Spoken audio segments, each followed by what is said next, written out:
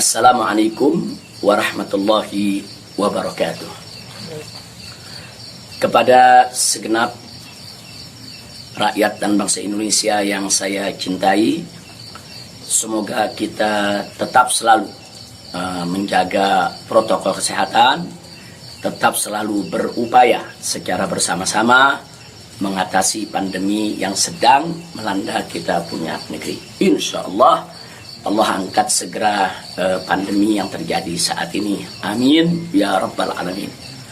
Nah, kepada seluruh masyarakat, dalam kesempatan ini saya ingin menyampaikan hal yang saya pandang amat penting sekali berkaitan dengan status saya sebagai tersangka di Polda Metro Jaya. Nah, yang ingin saya sampaikan di sini adalah pertama, bahwa saya tidak pernah lari apalagi sembunyi.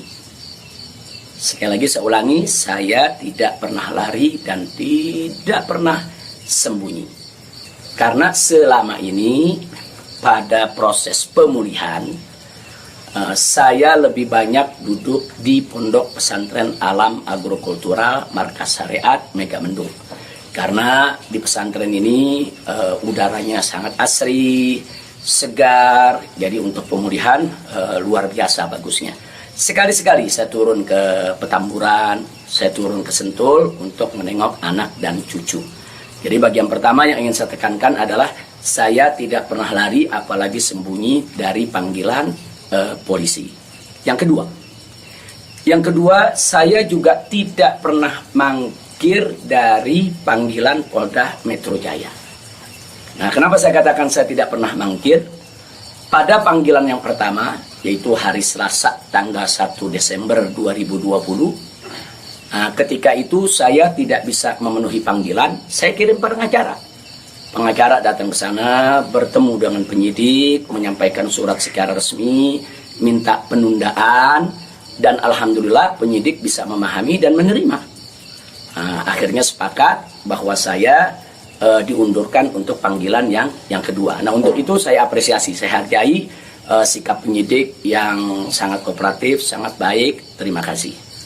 Nah, kemudian pada panggilan yang kedua, yaitu pada hari Senin tanggal 7 Desember 2020.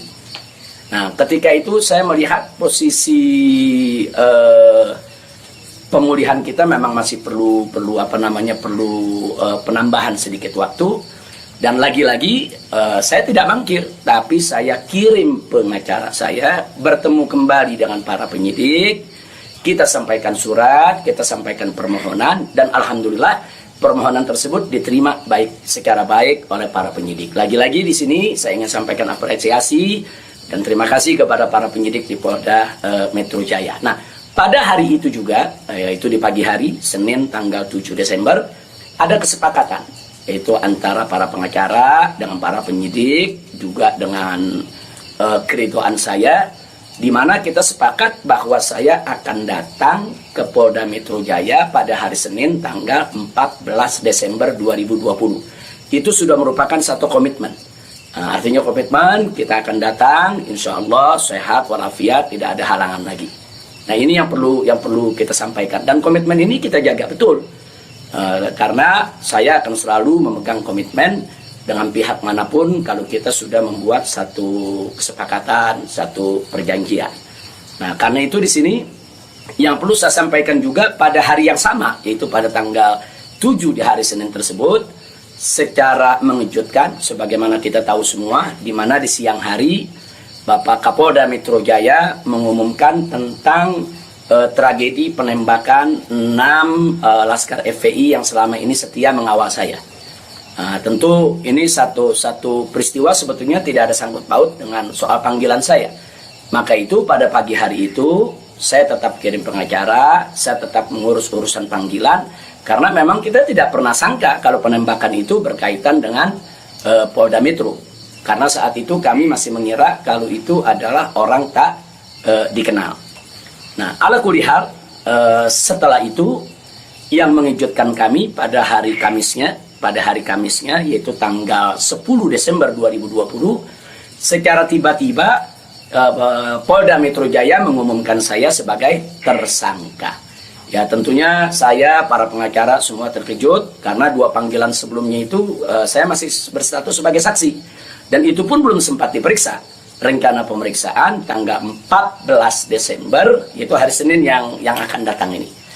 Nah, tapi karena memang pengumumannya begitu mengejutkan, pada hari Kamis tersebut saya sebagai tersangka, kemudian mendengar itu tidak benar kalau ada mengabarkan saya sembunyi, saya lari, tidak benar. Saya tetap berada di markas syariat Megamendung. Nah, begitu hari Kamis ada pengumuman semacam itu, Jumat pagi tanggal 11 Desember itu kita kirim lagi para pengacara untuk bertemu dengan penyidik. Dan alhamdulillah terjadi pertemuan dengan penyidik.